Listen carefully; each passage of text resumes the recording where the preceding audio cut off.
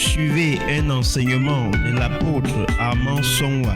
Jésus-Christ, Posez la vos parole cœurs vivante, et laissez le Seigneur vous bénir. la parole À bientôt. révélée.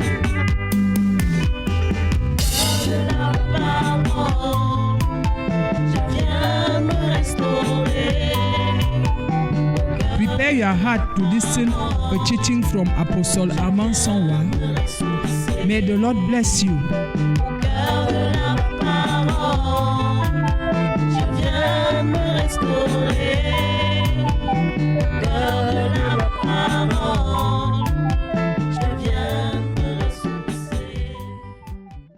Nous allons parler de la malédiction des Babyloniens.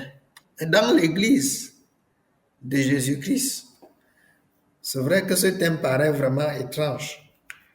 La malédiction des Babyloniens ou des païens. Alors, nous allons, avant d'y arriver, une façon pour nous ramener dans l'esprit de ce que nous allons dire, aller très très rapidement dans Genèse chapitre 3, versets 3 à 11 et le verset 21. Genèse chapitre 3, versets 6 à 11 et 21, je lis au nom de Jésus. La femme vit que l'arbre était bon à manger et agréable à la vue, et qu'il était précieux pour ouvrir l'intelligence. Elle prit de son fruit et en mangea. Elle en donna aussi à son mari, qui était auprès d'elle, et il en mangea. Les yeux de l'un et de l'autre s'ouvrirent. Ils connurent qu'ils étaient nus, et ayant cousu des feuilles de figuier, ils s'en firent des ceintures.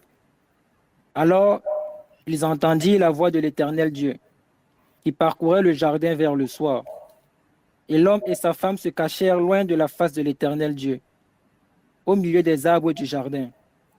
Mais l'Éternel Dieu appela l'homme et lui dit, « Où es-tu » Il répondit, « J'ai entendu ta voix dans le jardin et j'ai eu peur parce que je suis nu et je me suis caché. » Et l'Éternel Dieu dit, « Qui t'a appris que tu es nu? Est-ce que tu as mangé de l'arbre dont je t'avais défendu de manger » Au verset 21, l'Éternel dit, « L'Éternel fit à Adam et à sa femme des habits de peau et il les en revêtit. » Amen. Amen. Voilà, vraiment que le Seigneur vous bénisse abondamment. Alors, regardez très bien ce qui se passe dans le verset 7. On dit, les yeux de l'un et de l'autre s'ouvrirent. Ils connurent qu'ils étaient nus. Voilà. Et ayant conçu des feuilles de figuier, ils s'en firent des ceintures, c'est-à-dire pour cacher la nudité. Très bien. Maintenant, regardez le verset 10. Au verset 9, à partir du verset 9. Mais l'Éternel Dieu appela l'homme et lui dit, « Où es-tu » Il répondit, « J'ai entendu ta voix dans le jardin et j'ai eu peur parce que je suis nu et je me suis caché. » Alléluia. Alors, je ne sais pas si vous voyez ce que moi je vois dans ce passage. Voilà Adam et Ève qui viennent de pécher et ils sont nus. Leur nudité est exposée. Et ce n'est plus un secret aujourd'hui. Vous savez déjà que là où il y a nudité, il y a malédiction. Quand quelqu'un veut vous maudire, quand une vieille mère veut vous maudire, elle fait comment? Elle expose sa nudité. Donc, là où il y a une nudité, il y a malédiction. Maintenant, Adam et Ève se rendent compte que ils sont nus. Et au verset 7, on nous dit qu'ils ont fait les feuilles de figuier, bien sûr pour cacher la nudité. Mais au verset 8, au verset 10, on nous dit que quand Dieu est arrivé, ils disent non, Seigneur, nous avons fui ta présence. Nous avons fui ta présence parce que nous sommes nus. Voyez, à quoi leur a servi les feuilles de figuier? Est-ce que ça a donc caché la nudité? Rien. Devant les hommes, à la vue charnelle, la nudité était couverte. Mais sur le plan spirituel, il est resté et demeure nu devant le Seigneur. Et ils ont compris, Adam et Ève ont compris que avec le péché, ils sont nus. Malgré le fait qu'ils ont mis les feuilles de figuier sur eux, ils demeurent nus devant Dieu. Et s'ils sont nus, c'est une abomination. C'est une abomination. C'est un péché. C'est un... Comment je vais appeler ça? C'est une abomination de paraître devant le roi des rois, le Seigneur des seigneurs, le Dieu de l'univers, de comparaître devant lui nu. C'est une abomination. C'est une abomination. Il est bien vrai que la nudité parlera plus loin de nos péchés. Mais ici, on s'arrête d'abord uniquement à ça. C'est une abomination de comparaître nu. Ou alors, de comparaître devant le Seigneur avec les feuilles de figuier. Parce que même les feuilles de figuier ne cachent pas notre nudité devant Dieu. Or, regardez maintenant ce qui se passe. Adam et Ève avaient une crainte de Dieu que nous, aujourd'hui, nous n'avons pas. Quand ils ont découvert qu'ils sont nus, ils ont fui la présence de Dieu. Mais aujourd'hui, qu'est-ce que nous faisons? Nous nous habillons avec les feuilles de figuier pour comparaître dans la présence de Dieu. Qu'est-ce que les feuilles de figuier? Les feuilles de figuier, c'est le vêtement que Adam et Ève se sont confectionnés par une intelligence satanique, par une intelligence démoniaque. Parce qu'à partir du moment où ils ont cédé leur cœur au diable, le diable est entré en scène. La femme, on dit que la femme a dit, le fruit est bon pour ouvrir quoi? L'intelligence. Donc à partir de ce moment, leur intelligence, ils ont accueilli en eux une autre intelligence qui est démoniaque. Et c'est avec cette intelligence démoniaque qu'ils ont conçu les habits démoniaques, c'est-à-dire les habits qui sont une abomination devant Dieu. Les feuilles de figuier. Alors, qu'est-ce que les feuilles de figuier? Les feuilles de figuier, c'est toute décoration que nous utilisons pour décorer le temple du Saint-Esprit et qui ne soit pas agréable à Dieu. C'est-à-dire, si tu as sur ton corps un vêtement, un bijou ou une autre chose quelconque avec laquelle tu n'es pas né, en dehors des vêtements sacrés que Dieu a fait pour couvrir la nudité, en dehors de ça, autre chose que Dieu n'agrée pas et que tu as pu mettre ça sur le temple du Saint-Esprit, la Bible appelle ça en langage spirituel les feuilles de figuier. Les feuilles de figuier. Adam et Ève ont découvert qu'ils avaient les feuilles de figuier sur eux, ils ont fui la présence de Dieu. Aujourd'hui, regardez avec quoi nous comparaissons dans la présence de Dieu. Pour ceux qui n'ont pas encore compris ce que c'est que le dépouillement, qui n'ont pas encore compris jusqu'à quel degré la sainteté est exigeante, jusqu'à quel degré nous devons nous dépouiller des choses que l'intelligence de l'homme, l'intelligence satanique, l'intelligence adamique est en train de concevoir pour appeler ça vêtement. Et qu'on appelle vêtement aujourd'hui. et qui ne peut pas couvrir notre nudité. À quoi sert le vêtement? Couvrir la nudité. Est-ce que le vêtement d'aujourd'hui couvre la nudité devant Dieu? Voyez? Vous voyez? Est-ce que les vêtements confectionnés, conçus aujourd'hui, couvrent la nudité de quelqu'un devant Dieu? C'est un problème.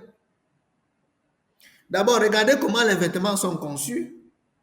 Les vêtements de rébellion, travaillés par les stylistes et modélistes, les inventeurs, les gens qui sont ingénieux pour fabriquer les modes jézabélisés, les modes des sirènes, et pour les mettre à la surface du marché pour que tout le monde achète.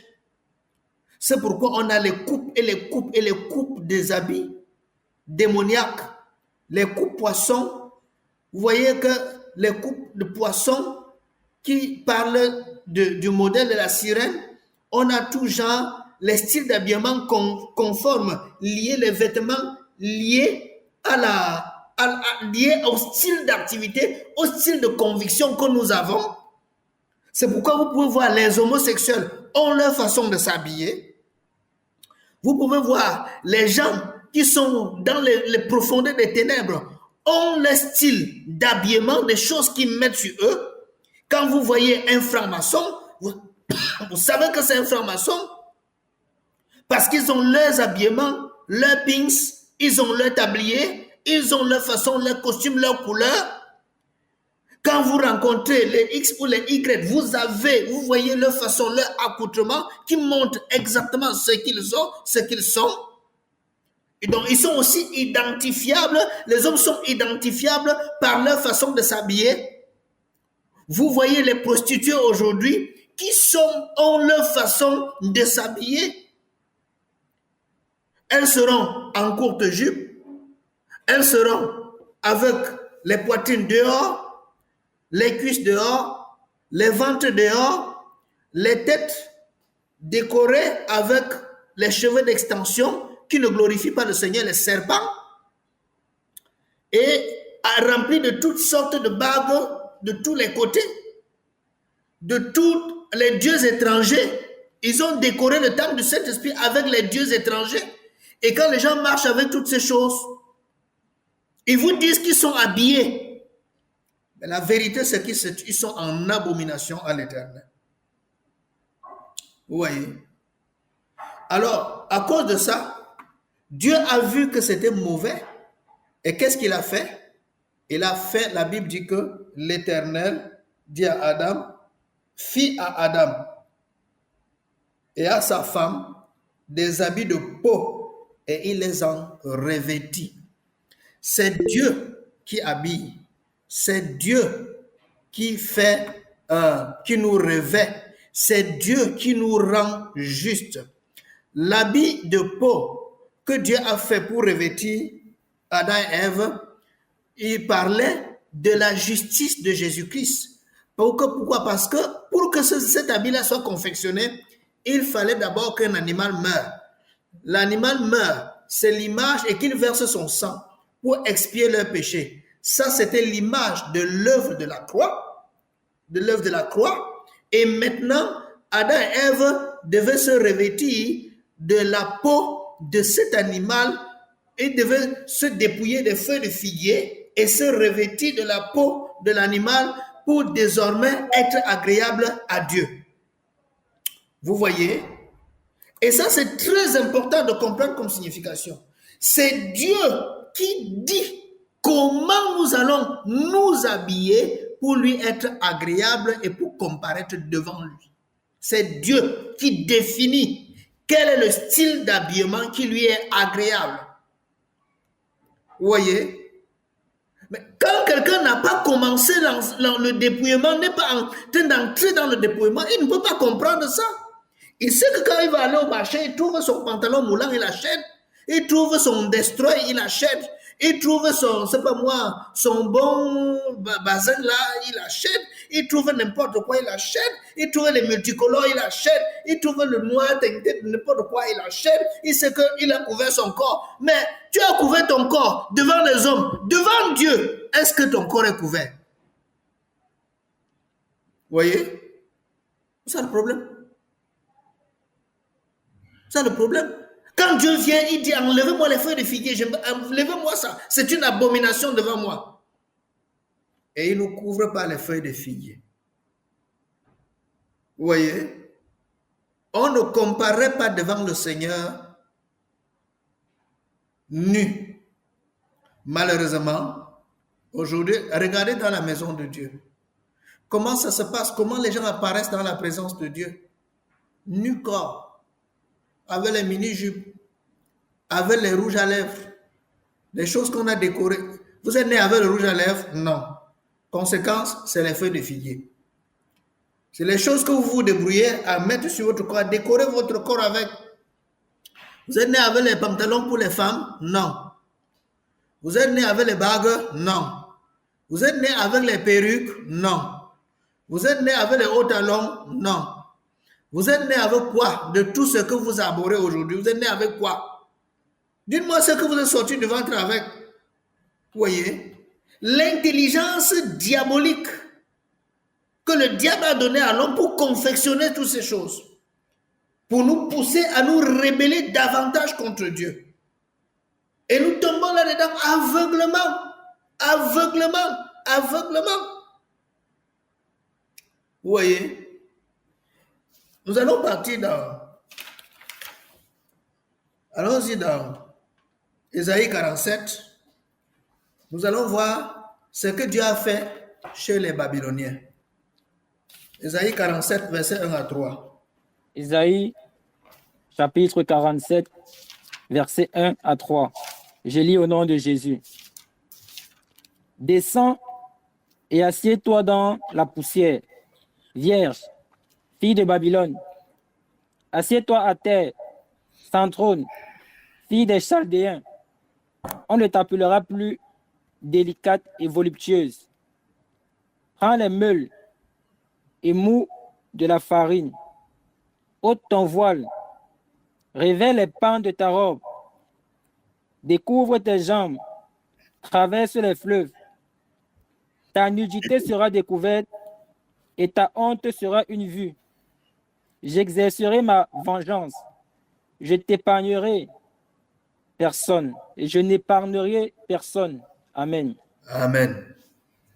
Vous voyez ce que Dieu dit? Pour vous situer dans le contexte de ce passage est une malédiction que le Seigneur avait prononcée à travers le prophète Ésaïe sur la Babylone, sur les femmes et sur le peuple de Babylone. Pourquoi? Parce que les Babyloniens avaient à une fois torturé le peuple d'Israël. Et d'ailleurs, vous n'ignorez pas que c'était de là qu'Abraham était sorti. Dieu avait enlevé Abraham là parce que dans la vue panoramique de Dieu, il devait maudire Babylone. C'est pourquoi il a fait sortir Abraham de là. Abraham était de Ur en Chaldée. C'était les Babyloniens. Il a fait sortir et pour établir, en fait, susciter un peuple qui lui est agréable. Abraham a trouvé grâce aux yeux de Dieu et Dieu l'a enlevé de Babylone avant maintenant de prononcer cette malédiction sur Babylone. Pourquoi Dieu prononce cette malédiction sur Babylone? Parce que Babylone, dans le temps ancien, a attaqué Israël. C'est l'instrument que Dieu avait utilisé pour châtier Israël quand Israël était dans son état de péché. C'est pourquoi il dit ici, j'exercerai ma vengeance et je n'épargnerai personne. Parce que Dieu en ce moment est en train de venger Israël sur ce que les Babyloniens avaient fait. Alors, quelle est cette malédiction que Dieu prononce sur le peuple d'Israël? Il a dit, descends et assieds-toi dans la poussière. C'est-à-dire quoi? Dieu est en train de dire à Babylone, aux Babyloniens, en train d'humilier les Babyloniens. Le peuple des Babyloniens est un peuple humilié. C'est un peuple rabaissé. Un peuple dont le Seigneur a anéanti la valeur. Le peuple a anéanti la valeur. Et c'est pour ça que vous voyez qu'à un moment donné, Dieu a même suscité les Américains pour détruire complètement, en fait, pas complètement, Mais depuis ce temps jusqu'à aujourd'hui, on ne parle plus de Babylone. On ne parle plus de l'Irak. L'Irak, c'est ça, Babylone, jusqu'à aujourd'hui. Vous voyez que depuis que Saddam Hussein était tombé entre les mains des Américains, et là, Saddam Hussein est tombé entre les mains des Américains parce qu'il s'était levé pour vouloir reconstituer ce que Dieu avait détruit. Alors, quand l'empire babylonien a chuté, Saddam Hussein a eu l'intention de relever l'empire babylonien. Voilà pourquoi Dieu avait suscité les Américains pour le mettre hors d'état de nuire. Donc, voyez que ça c'est sur le plan physique, naturel. Maintenant, sur le plan spirituel, il dit, descends, assieds-toi par terre, assieds-toi dans la poussière. Quand Dieu élève, personne ne peut rabaisser. Mais quand Dieu abaisse quelqu'un qui croyait qu'il est élevé, personne d'autre ne peut plus le relever. C'est Dieu qui abaisse et Dieu a décidé d'abaisser les Babyloniens, de les faire asseoir dans l'humiliation, dans la poussière. Assieds-toi dans la poussière veut dire rabaisser, descendre jusqu'au niveau 0. Et ça, Dieu l'a fait pour les Babyloniens. Ensuite, il dit ceci. Regardez le verset 2. On dit tête nue. Prends les mains et mou de la farine. Ôte ton voile. Ôte ton voile. Ôte ton voile.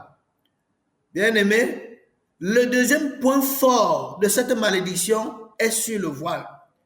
Le voile, c'est ce qui rend une femme agréable dans la présence de Dieu. C'est-à-dire, Dieu, quand une femme apparaît dans la présence de Dieu, la première chose, c'est d'abord ce que Dieu regarde. Est-ce que cette femme est voilée?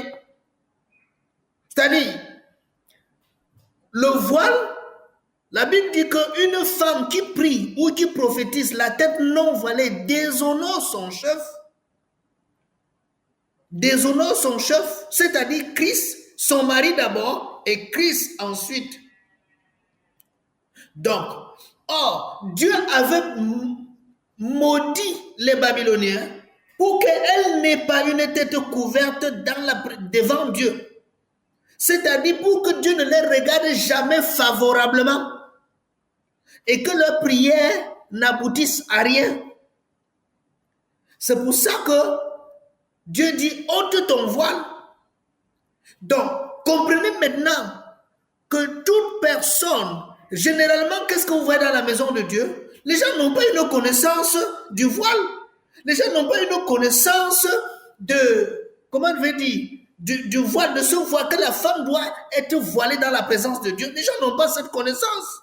Les gens viennent là avec les cheveux de Jézabel, les cheveux empruntés par-ci par-là, les cheveux teintés, les cheveux de toutes sortes de mèches, toutes qualités. Ils ont fait ça, les serpents, et ils sont dans la présence de Dieu, ils dansent avec ça. Or, à quel peuple Dieu avait demandé d'enlever le voile? Les Babyloniens. Pour faire quoi? Pour les frapper, parce que Dieu veut les mettre à nu. La femme de dignité est voilée. Vous voyez? Donc ici, c'était une malédiction. Maintenant, je vous pose la question. Quand une femme comparaît dans la présence de Dieu, la tête nue là, qu'est-ce qu'elle montre par là? Elle montre par là qu'elle est une femme babylonienne, une femme païenne, parce que les femmes juives se voilent dans la présence de Dieu. Elle montre par là qu'elle est une femme humiliée, une femme. C'est pour ça que vous voyez tous ces gens qui sont dans la voie large, le chemin large et spacieux qui mène à la perdition, qui n'ont pas une connaissance sur la sainteté, qui n'ont pas une connaissance sur l'habillement décent, qui n'ont pas une connaissance sur le voile, qui n'ont pas une connaissance sur le dépouillement, qui sont là. Vous voyez ces gens ils passent toute leur vie à prier, toute leur vie à jeûner, à couper les liens, à briser les chaînes, et rien ne marche. La malédiction, la pauvreté, le chômage, toutes ces choses-ci, ils sont là avec leur bonbon pasteur, qui ne font que couper les liens, qui ne se coupent jamais, qui ne font que les délivrants finissent jamais. Ils tombent, ils se relèvent, tous les jours ils viennent au culte, on répand la puissance sur eux, ils tombent, ils se relèvent, ils sont les mêmes, la délivrance ne finit jamais, le scénario continue, chaque jour qu'on est content de tomber pendant le culte, et ça continue comme ça. C'est une malédiction. Elles sont voilées? Non. Elles sont nues devant le Seigneur? Oui. Avec quoi? Les feuilles de figuier. Qu'est-ce que les feuilles de figuier? Tout ce que l'intelligence humaine nous a pu donner pour décorer notre corps avec. Les feuilles de figuier. Vous voyez? Bon. Regardez maintenant. Ôte ton voile. Relève les pans de ta robe.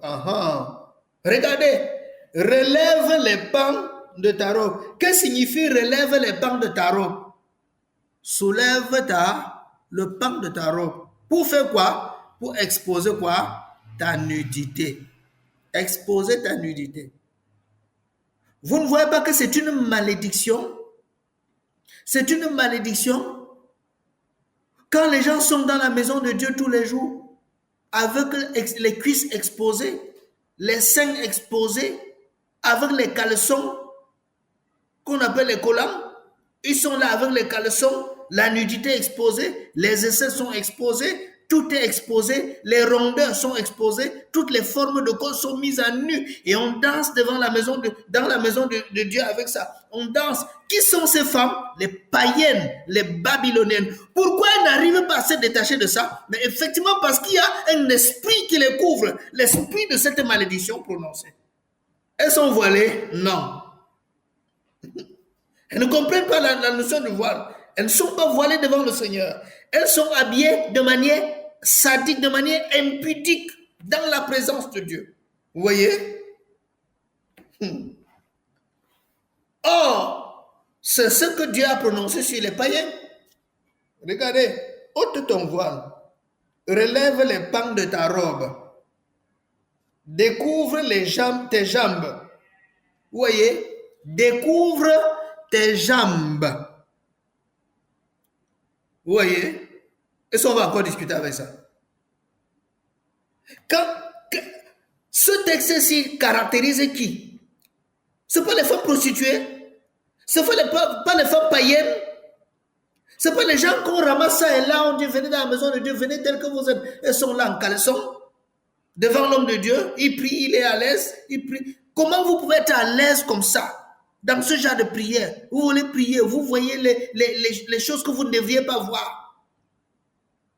Vous voyez les parties intimes des femmes, vous ne devriez pas voir. La Bible dit que celui qui regarde une femme et là qu'on voit dans son cœur est déjà coupable d'adultère envers elle. Tu quittes de chez toi avant d'arriver à l'église pour adorer le Seigneur. Tous les hommes qui t'ont vu, tu as couché avec eux. Tu as commis l'adultère avec eux, tu les as renversés sans te rendre compte. Tu arrives à l'église pendant la louange, pendant l'adoration, tu danses avec les collants, tu danses avec les pantalons moulants, tu danses avec toutes ces choses, tu exposes la nudité, les rondeurs sont exposés, les frères sont perdus parce qu'ils ne savent pas comment adorer.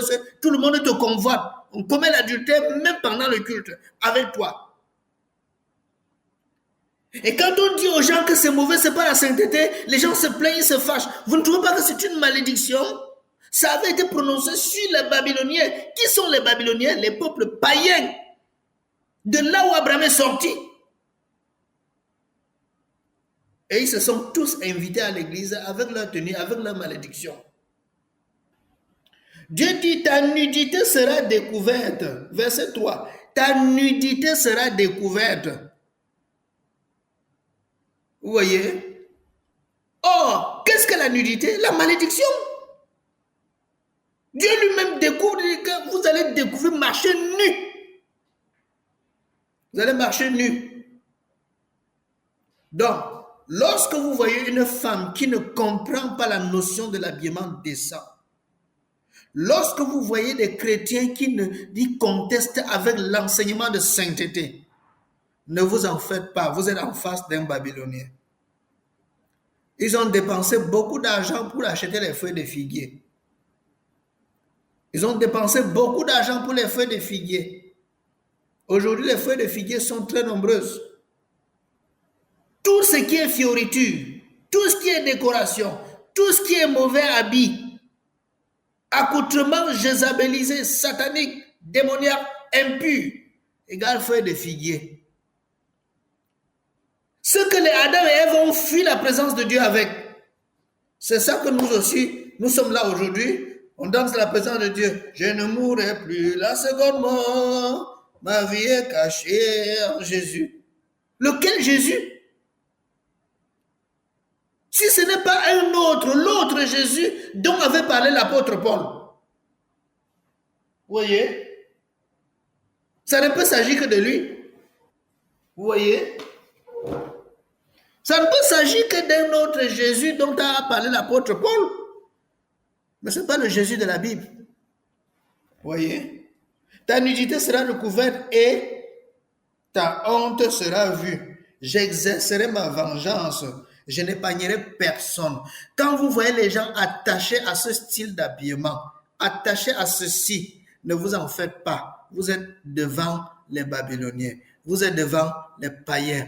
Il y a beaucoup de personnes dans la maison de Dieu qui entrent dans la maison de Dieu aujourd'hui, mais en réalité, ce sont les Babyloniens. En réalité, ce sont des païens, les Babyloniens, qui ne veulent pas se conformer à la parole de Dieu, qui ne veulent pas se conformer au message de la sainteté. Si vous êtes de la sainteté, alors abandonnez, fuyez, sortez du milieu des Babyloniens. Vous voyez? Qu'est-ce que Dieu dit concernant les Juifs? Comment est-ce que les Juifs doivent s'habiller? 1 Timothée chapitre 2, verset 9. 1 Timothée chapitre 2, verset 9 à 10. 9 à 10. 1 Timothée, chapitre 2, verset 9 à 10. Je lis au nom de Jésus. Je veux aussi que les femmes, vêtues d'une manière décente, avec pudeur et modestie, ne se parent ni de tresses, ni d'or, ni de perles, ni d'habits somptueux, mais qu'elles se parent de bonnes œuvres, comme il convient à des femmes qui font profession de servir Dieu. Amen. Amen. Voilà maintenant ce qu'on dit des femmes juives, c'est-à-dire des femmes qui adorent le Seigneur et qui font profession de faire quoi? De servir Dieu. Qu'on peut appeler servante de l'Éternel. L'apôtre Paul dit de s'habiller comment? D'une manière décente. Avec quoi? Pudeur. Et quoi? Modestie. De façon modeste, de manière à être décente et à couvrir tout le corps et ne pas porter des habits extravagants, des habits provocateurs, des habits qui excitent les gens, mais de s'habiller d'une manière décente. C'est ce que Dieu dit. Avec pudeur et modestie. Ne se parle ni de tresses, ni d'or. Vous mettez quoi là-dedans? Ni d'or là. Ni d'or là, vous mettez quoi? Les bijoux. Ni de perles, ni d'habits somptueux. Mais qu'elles se parlent de bonnes œuvres, comme il convient à des femmes qui font profession de servir, servantes de l'Éternel, de servir Dieu. Vous voyez? Est-ce que tu es une servante de l'Éternel? Si tu es une servante de l'Éternel, voilà comment le Seigneur demande de t'habiller. Oh, contrairement à ce que nous venons de voir chez les Babyloniens. Vous voyez? 1 Pierre 3, verset 3 à 4.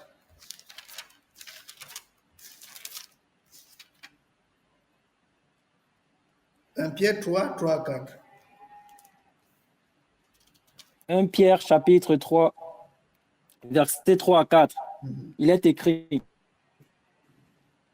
ayez non cette parure extérieure qui consiste dans les cheveux tressés, les ornements d'or ou les habits qu'on revêt, mais la parure intérieure est cachée dans le cœur, la pureté incorruptible d'un esprit doux et paisible, qui est d'un grand prix devant Dieu. Amen. Amen. Qui est d'un grand prix devant Dieu. un grand prix devant Dieu. N'ayez pas une parure extérieure qui consiste dans les cheveux tressés, les ornements d'or. Vous voyez l'or ici, maintenant, mais la précision, on dit les ornements d'or. Mais entrez dans l'église, vous voyez, les gens sont là avec les chaînes aux pieds, les chevaliers, les bagues, les grommettes et les chaînes, les pendants d'oreilles, toutes ces choses. On nous dit ici les ornements d'or de toutes sortes. Vous voyez? Et les habits qu'on revêt.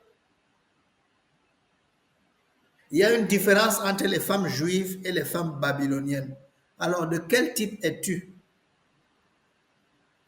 S'il y a une malédiction sur les Babyloniens, la place des Babyloniens n'est pas dans la maison de Dieu. Mais aujourd'hui, au contraire, on trouve, c'est ça, ce sont les Babyloniens qui remplissent la maison de Dieu. Les femmes juives, on ne les trouve pas, on les compte au bout du doigt. Les femmes dépouillées, les femmes de sainteté, on les compte au bout du doigt. Pourtant, la Bible parle de Genèse à Apocalypse de la sainteté. Vous voyez? Allons-y voir 1 Thessaloniciens 4, verset 1 à 8. 1 Thessaloniciens 4, verset 1 à 8. On va aller progressivement. 1 Thessaloniciens, chapitre 4, verset 4 à 8. Je lis au nom de Jésus. Verset 1 au verset combien? 1 à 8. Amen. Au reste, frères, puisque vous avez appris de nous comment vous devez vous conduire et plaire à Dieu, et que c'est là ce que vous faites, nous vous prions et nous vous conjurons au nom du Seigneur Jésus de marcher à cet égard de progrès en progrès. Vous savez en effet quel précepte nous vous avons donné de la part du Seigneur Jésus. Ce que Dieu veut, c'est votre sanctification. C'est que vous vous absteniez de l'impudicité. C'est que chacun de vous sache posséder son corps dans la sainteté et l'honnêteté, sans vous livrer à une convoitise passionnée, comme font les païens qui ne connaissent pas Dieu. C'est que personne n'use envers son frère de fraude et de cupidité dans les affaires, parce que le Seigneur tire vengeance de toutes ces choses, comme nous vous l'avons déjà dit et attesté. Car Dieu ne nous a pas appelés à l'impudicité, mais à la sanctification. Celui donc qui rejette ses préceptes ne rejette pas un homme, mais Dieu qui vous a aussi donné son Saint-Esprit. Amen. Amen. Vous voyez? Au reste, frères, puisque vous avez appris de nous comment vous conduire, vous voyez, et plaire à Dieu. Et c'est là, en réalité, ce que vous faites. Nous vous prions et nous vous conjurons au nom du Seigneur Jésus de marcher à cet égard de progrès en progrès. Vous voyez ici que l'apôtre Paul précise qu'il a pris la peine d'enseigner les Thessaloniciens comment est-ce qu'on doit se conduire dans la présence de Dieu. Comment est-ce qu'on doit se comporter dans la présence de Dieu. Vous avez appris de nous comment vous conduire de manière à plaire à Dieu. De manière à être agréable à Dieu. Quel est notre souci? Être agréable à Dieu. Mais cela passe par l'enseignement. Si on n'enseigne pas au peuple de Dieu comment se comporter dans la présence de Dieu, de manière à être agréable à Dieu, les gens vont amener les feuilles de figuier. Si on n'enseigne pas, si l'enseignement n'est pas suffisamment clair, les Babyloniens vont remplir l'église. On va croire qu'on a des chrétiens alors qu'on a les Babyloniens. On prêche tous les jours, on va se rendre compte que tout ce qu'on prêche, ça entre ici, ça sort par là. Ils s'en foutent, ils sont là, ils ne quittent pas l'église, ils sont là, ils dansent, mais ils ne se sanctifient pas. Ils ne comprennent pas la notion de la sainteté, de la justice de Dieu. Ils ne sont pas là-dedans, ils sont là pour la religion, ils sont là pour la séduction, ils sont là pour toutes ces choses. Voilà pourquoi il faut enseigner Comment être agréable à Dieu? Comment comparaître devant Dieu de manière à lui être agréable? Ne serait-ce que dans notre accoutrement. Et c'est l'enseignement de la sainteté. Vous voyez? Nous vous prions de marcher dans cela de progrès en progrès. Donc, on les avait déjà enseignés et aujourd'hui, maintenant, on leur demande d'aller de progrès en progrès dans l'enseignement qu'on leur a donné. C'est pourquoi Jésus a dit, enseignez-leur, observez tout ce que je vous ai recommandé. Et ils ont pris la peine d'enseigner. Aujourd'hui, qu'est-ce qu'on enseigne aux chrétiens dans les assemblées, dans les églises? Quel est l'enseignement que tu reçois dans ton assemblée, dans l'église? Quel est l'enseignement qu'on reçoit? Est-ce qu'on nous enseigne que nous devons marcher dans la sainteté, que nous devons marcher dans le dépouillement, dans la sanctification et marcher de nous comporter à l'église de manière à plaire à Dieu et être agréable à Dieu? Est-ce que c'est ça qu'on enseigne? Non. Qu'est-ce qu'on enseigne? Les richesses. Viens au Seigneur Jésus-Christ et tu seras heureux. Viens au Seigneur Jésus-Christ et tu vas voyager. Viens au Seigneur Jésus-Christ et tu vas devenir riche. Et tu vas te marier. Ainsi de suite. Voilà tout ce qu'on enseigne. On enseigne ça aux Babyloniens. Jésus avait déjà dit que ce sont les païens qui recherchent ces choses-là. Les païens, c'est qui? Les Babyloniens. Donc on passe tout le temps à entretenir les Babyloniens dans l'église. Et leur malédiction, puisqu'ils sont sous une malédiction. C'est pour ça qu'ils ne s'en détachent pas. Ils sont sous une malédiction, ils sont sous un faux esprit. C'est pourquoi ils se dénudent, ils sont là, ils ne se détachent pas de ça. Quand vous apportez l'enseignement de sainteté, on vous chasse de l'église. Verset 2. Vous savez en effet quel précepte nous vous avons donné de la part du Seigneur Jésus. Vous comprenez? Vous savez quel est le commandement que nous vous avons enseigné. Vous savez ce que nous vous avons dit, ce que nous avons reçu du Seigneur et que nous vous avons enseigné concernant la sainteté, concernant la bonne conduite, concernant la pudeur, concernant la sainteté dans la maison de Dieu. Est-ce que l'apôtre Paul dit, vous savez, aujourd'hui, est-ce que les gens d'aujourd'hui savent, est-ce que les chrétiens d'aujourd'hui savent l'enseignement, ils connaissent l'enseignement sur la sainteté? Non. Donc tu es heureux, toi qui es enseigné dans la sainteté. Tu es heureux. Tu dois rendre grâce à Dieu. Il y a beaucoup de gens qui dansent là, dans les églises, mais ils sont du Seigneur. Ils sont du Seigneur, mais le problème c'est qu'on ne leur a pas enseigné ça.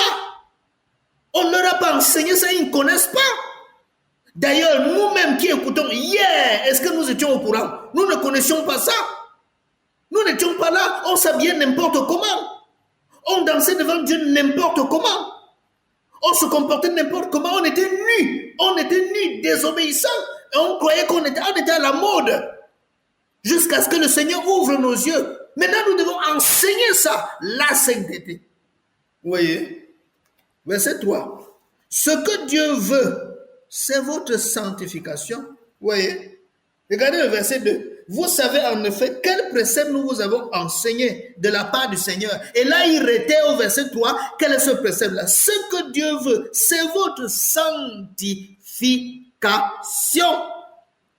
Et pour expliquer, et il va plus loin. Maintenant, il explique encore ce qu'il entend par sanctification. Il dit, c'est que vous absteniez de l'impudicité. Alors, tout ce qu'on vient de dire ici, lit dans Ésaïe 47 là, concernant les Babyloniens, c'est quoi? C'est pas l'impudicité. Découvrir ses jambes, c'est quoi? Enlever son voile, c'est quoi? Soulever les pans de sa robe, c'est quoi? Pour comparaître devant le Seigneur dans la nudité totale, avec les feuilles de figuier, c'est quoi? C'est pas l'impudicité. Oh, l'église d'aujourd'hui est impudique. Les assemblées aujourd'hui sont impudiques. Si vous êtes dans une église de la voie large, sachez que vous êtes dans une église impudique. Sachez que votre église fait la promotion de l'impudicité. Si on ne vous dit pas que s'habiller mal est impudique, De peur, on ne vous dit pas ça, de peur que vous fuyez l'église et que le panier des offrandes diminue. Si on ne vous dit pas la vérité, sachez qu'on vous trompe. C'est de l'impudicité. Même marcher dans la rue pour une femme, ne faites pas la sainteté quand vous venez seulement à l'église. Même quand vous êtes au marché, vous êtes dans la rue, vous êtes au champ. Même si personne ne vous voit, les anges de Dieu sont là. Dieu lui-même est là. Même si tu es dans ta chambre seule, tu es là-bas, Dieu te voit. C'est pas parce que tu es dans ta chambre seule que tu dois être nu. C'est ta chambre, c'est vrai. Il y a un seul moment où Dieu autorise d'être nu. Un seul moment. Vous connaissez ce moment? En ce moment-là, vous êtes couverts. Vous êtes couverts, mari et femme, vous êtes couverts par l'onction de Dieu. Il vous couvre parce que c'est que vous faites l'honneur. En dehors de ce moment, tout autre moment de la nudité, c'est de l'impudicité. Ouais. L'impudicité. Ah. C'est compliqué, hein? Verset 4. C'est que chacun de vous sache posséder son corps dans la sainteté et l'honnêteté. Vous voyez? C'est que chacun, ce que Dieu veut, c'est que chacun sache posséder quoi? On dit son corps, hein? Le corps, le temple du Saint-Esprit, dans la sainteté et dans l'honnêteté. Comment faire pour rendre le temple du Saint-Esprit saint? C'est enlever les ordures, enlever les souillures, enlever les saletés, enlever les impuretés. Voilà la seule manière qu'on peut faire pour rendre le corps du Saint-Esprit, le temple du Saint-Esprit saint. Il faut enlever les ordures, il faut enlever les saletés, il faut enlever tout. Toutes les feuilles de figuier, enlever tout ça. Même ce qui est dans le sous-vêtement, Dieu voit. Aucun homme ne voit parce qu'on ne va pas aller guetter. Dieu voit. Dieu voit. Oui. Quand on dit de se voiler, tu mets d'abord les mèches dedans plein avant de prendre le foulard pour attacher. Quand tu attaches la tête est grosse comme ça, c'est les mèches qui sont pleines là-bas dedans. Dieu voit. Dieu voit. Dieu voit. Dieu voit ce que tu as caché dedans, ce que tu as masqué. Voilà tout ce que la Bible appelle l'impudicité. Sans vous livrer à une convoitise passionnée, comme font les païens qui ne connaissent pas Dieu. Vous voyez, comme font qui? Les païens. Les païens, c'est-à-dire les Babyloniens. Comme font les païens qui ne connaissent pas Dieu. Comme font les Babyloniens. Babylone, c'est les païens. C'est que personne n'use envers son frère de fraude et de cupidité dans les affaires parce que le Seigneur dit vengeance de toutes ces choses, comme nous vous l'avons déjà dit et attesté. C'est que Dieu ne nous a pas appelés à l'impureté. Il continue. Dieu ne nous a pas appelés à l'impureté, mais à la sanctification. Et il finit par dire, celui donc qui rejette ses préceptes ne rejette pas un homme, mais Dieu qui vous a aussi donné son esprit. Je vous pose la question. Dans les églises, même de la voie large, est-ce qu'on ne lit pas ce passage? Même dans les églises, est-ce qu'on ne lit pas, dans les églises où on ne connaît pas le dépouillement, est-ce que ce passage on n'a jamais lu? On lit ce passage. Mais pourquoi est-ce qu'on ne met pas ça en pratique? Parce que les gens sont sous une malédiction. C'est des païens. Ils sont sous la malédiction que Dieu avait prononcée sur les Babyloniens. Vous voyez? Que Dieu nous fasse grâce. Que Dieu nous fasse grâce. On va continuer. Donc, regardez par exemple 1 Corinthiens 6, verset 18. Regardons 1 Corinthiens 6, verset 18. Quand le Seigneur nous demande de garder notre corps dans la sainteté et dans la pureté. 1 Corinthiens 6, verset 18. 1 Corinthiens chapitre 6, verset 18. Oui. Je lis au nom de Jésus. Fuyez l'impudicité. Quelque autre péché qu'un homme commette, ce péché est hors du corps. Mais celui qui se livre à l'impudicité pêche contre son propre corps. Voilà. Amen. Voilà. Celui qui commet l'impudicité. L'impudicité, ce n'est pas seulement que la fornication, que tu vas aller draguer une fille là-bas dehors, ou bien l'adultère. L'impudicité, c'est aussi ta conduite dans la présence de Dieu. Si tu es avec les feuilles de figuier, c'est de l'impudicité. Vous voyez? Vous voyez ça? Si tu es avec les feuilles de figuier, c'est de l'impudicité. Avec les collants, c'est de l'impudicité. Vous voyez? Les collants là, c'est quoi? C'est juste les caleçons longue manche. C'est de l'impudicité. Vous voyez une femme qui marche en route avec ça, avec les collants. Vous faites comment? Vous voyez les formes des cuisses. Vous voyez les formes de pubis. Vous voyez toutes les rondeurs. Et elles sortent avec ça, elles sont à l'aise. C'est de l'impudicité. Quand le diable veut nous tromper, il fait les caleçons en longue manche. Il dit, bon, marchez avec, c'est des collants. C'est des collants. Vous marchez avec. Vous marchez avec dans la rue. Tous les gens que vous rencontrez là sont déjà tous tombés dans le péché. Vous polluez l'atmosphère. Vous polluez l'atmosphère. Vous arrivez dans la maison de Dieu, vous chantez avec ça comme ça à la chorale. Vous polluez l'atmosphère. Vous voyez? C'est de l'impudicité, c'est pas autre chose. Est-ce que c'est une église de sainteté? Non. Donc, fuyez la malédiction des Babyloniens. Romains 1, 21 à 25.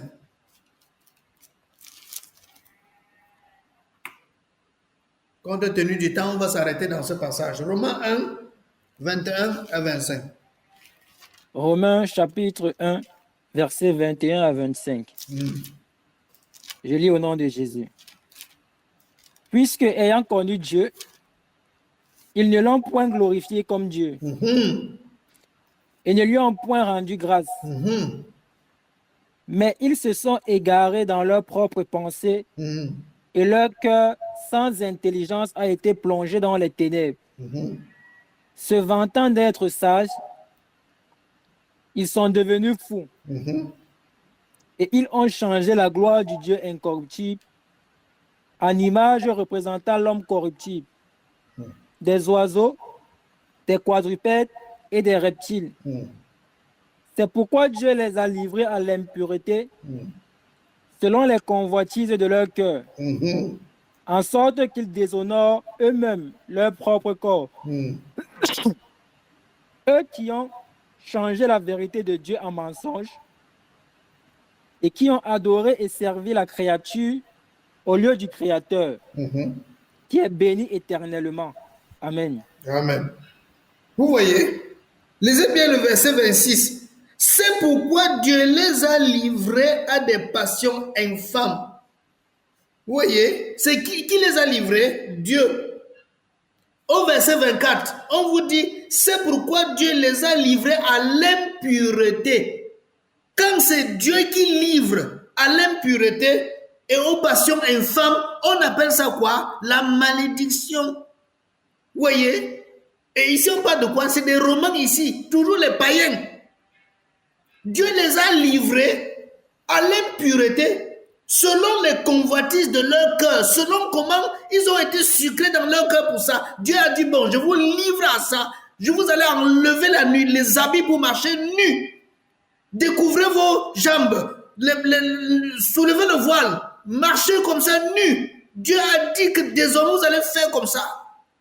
En sorte qu'ils déshonorent eux-mêmes leur propre corps. Ils déshonorent leur propre corps. Quand ils mettent les corps là nus, ils mettent tout ça là, tout le monde voit. C'est honorer le corps ça. C'est pas le déshonorer.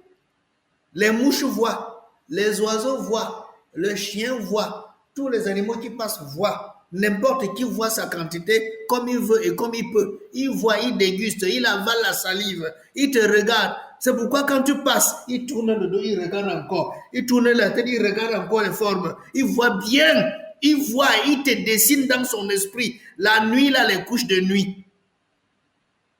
La nuit, les couches de nuit apparaissent. Ils déshonorent leur propre corps. Comment peux-tu donner de la valeur à ton corps et le dénuder et le mettre à l'exposition au ventre? Ce ne sont pas les prostituées qui exposent le corps comme une marchandise. Ce n'est pas la malédiction. N'est-il pas interdit la prostitution en Israël? Dieu dit interdit qu'il n'y aura pas de prostitution en Israël, de prostituées en Israël. Que Dieu nous fasse grâce. et les grands apôtres, et les grands prophètes, et les grands évangélistes, et les grands pasteurs, et les grands docteurs, et les grands chrétiens, et tout le monde dans la maison de Dieu, c'est tout à fait normal pour eux, c'est tout à fait correct. Non, on est correct. On dit même qu'on a reçu la visitation du Seigneur. Lequel Seigneur? Lequel? Dieu t'a visité là sans caleçon. Dieu vous visite sans caleçon, nu. Dieu vous visite. Quand Dieu a vu qu'Adam et Ève étaient nus, avant de les approcher, Dieu a couvert avec les feuilles de figuier. Je veux dire, Dieu a fabriqué la peau de l'animal pour les habiller. Toi, tu n'as pas de Dieu, te supporte comme ça, nu. Il te supporte. Il est à l'aise. Que Dieu nous pardonne. Amen. Que Dieu nous bénisse abondamment. Vraiment, quand je parle de ça jusqu'à un certain niveau, je deviens enragé. Parce que ces choses, on ne sait même plus finalement si les hommes sont normaux. Si ils sont normaux dans leur tête, si la tête tient dedans. Vous voyez? Mais quand les gens expliquent la parole de Dieu, vous les voyez lire la parole de Dieu, vous sentez que la tête tient toujours, mais quelque part, c'est comme si la tête ne tient plus. Parce que comment on peut lire, on peut voir les choses comme ça? Qu'est-ce qui fait qu'on ne voit pas ça? C'est la malédiction. La malédiction qui est sur les Babyloniens, les peuples païens. C'est ça qui fait qu'on ne voit plus ça comme un péché. Donc que Dieu vous bénisse abondamment. Shalom, shalom, shalom.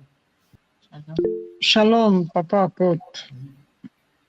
Merci beaucoup, papa, pour cet enseignement de ce soir. Merci beaucoup. La température ne faisait que monter. Et on peut ressentir en esprit comment vous êtes dérangé, vous êtes peiné par rapport à tout ce qui est en train de se passer. Merci pour cette révélation. Nous avons compris que les feuilles de figuier, c'est vraiment toutes les fioritures qu'on peut mettre sur nous, comme toute décoration qu'on peut mettre sur nous, tout habillement que Dieu ne nous a pas donné, tout habillement que Dieu n'a pas mis sur nous. Donc, c'est ce que l'homme de Dieu est en train de nous révéler ce soir, que nous devons nous revêtir du vêtement que Dieu lui-même veut, le vêtement qui lui est agréable. Merci beaucoup, papa apôtre, pour cet enseignement. Nous allons appeler le pasteur Idriss. Il y a 3 mains levées. Il y a des mains levées. Oui, les mains Il y a une main levées. levée. Il y a la sœur Brenda qui a d'abord levé la main. Oui, shalom, shalom. Papa apôtre. Shalom, shalom. Oui, sœur Brenda, on te donne la parole. Shalom, shalom. Je t'écoute. Ok, maman. Shalom, peuple de Dieu. Shalom, shalom papa apôtre. Shalom, shalom. Bon, papa, j'avais une question à poser, s'il te plaît. À propos de comment on s'habille. Tu as levé un point là, que le seul moment qu'on peut se permettre d'être nu, c'est peut-être quand tu es ensemble avec ton mari, ta femme. Mais maintenant, je vais demander, si quand tu pars te laver, peut-être si tu habites dans une cité et que il y a un seul toilette, et puis maintenant, si tu dois partir te laver pour rentrer t'habiller, comment est-ce que cela se présente? C'est toujours un péché?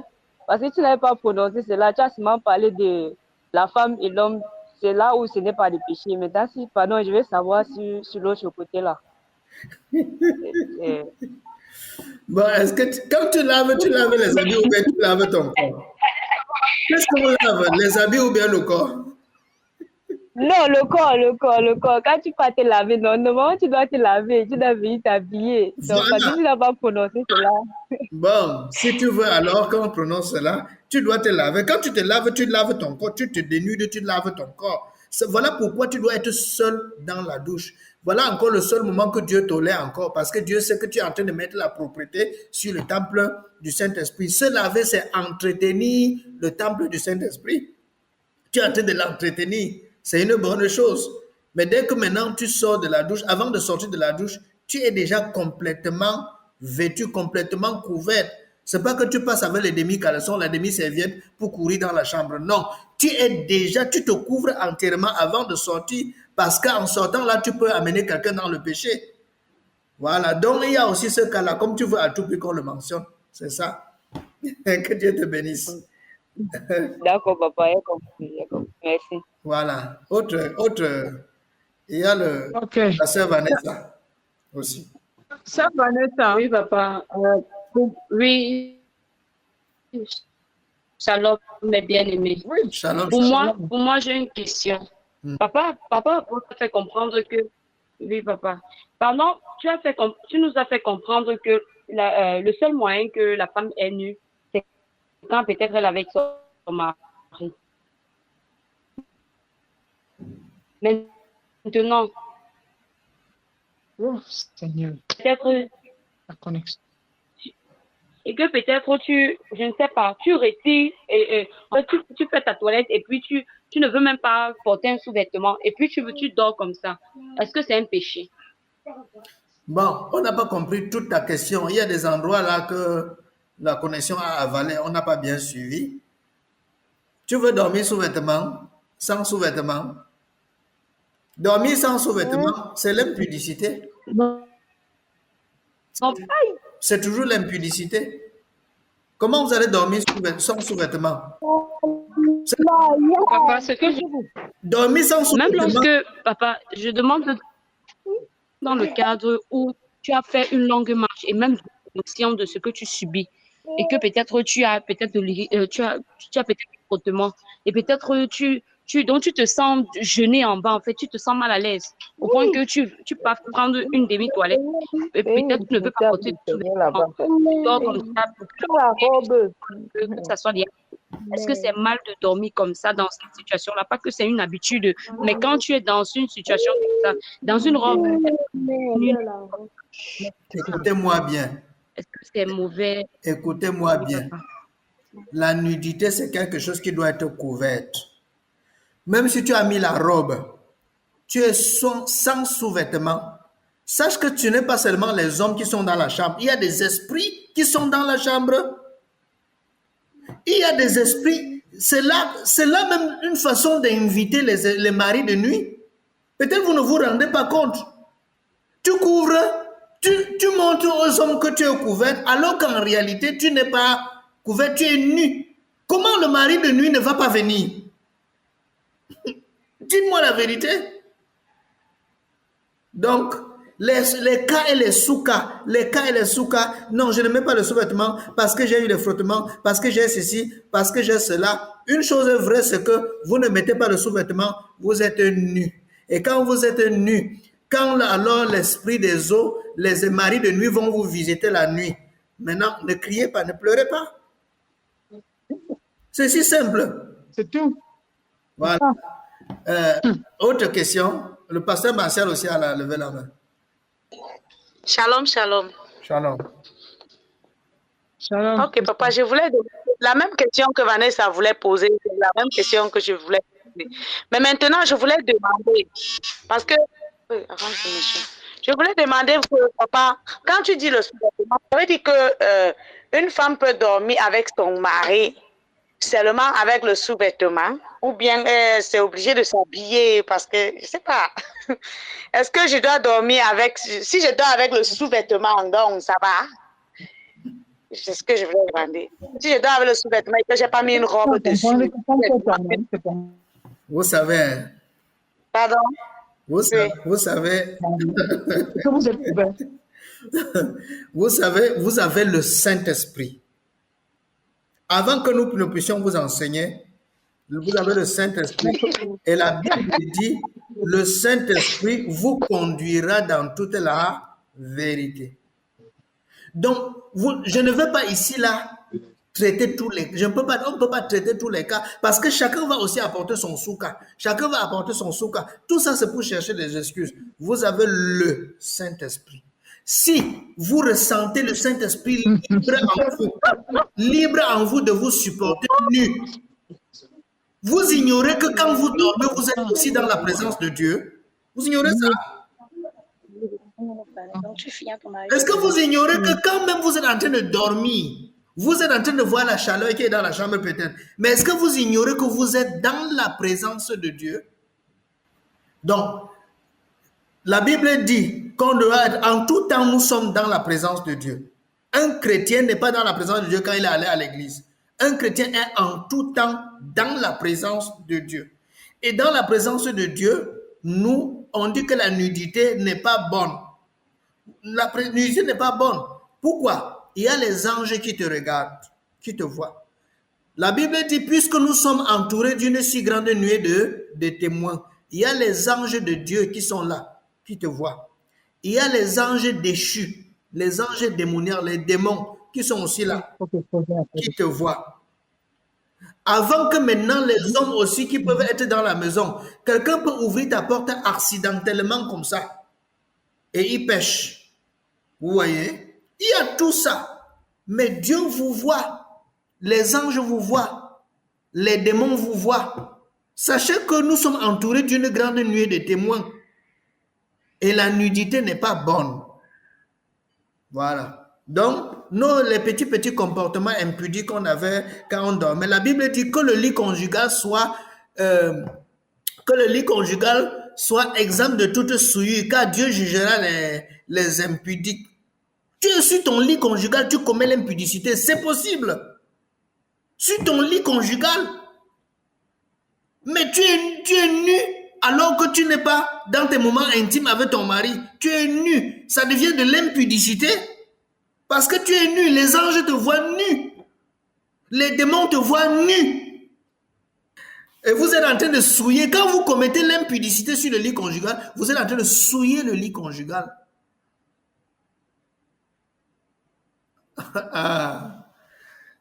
Que Dieu nous fasse grâce.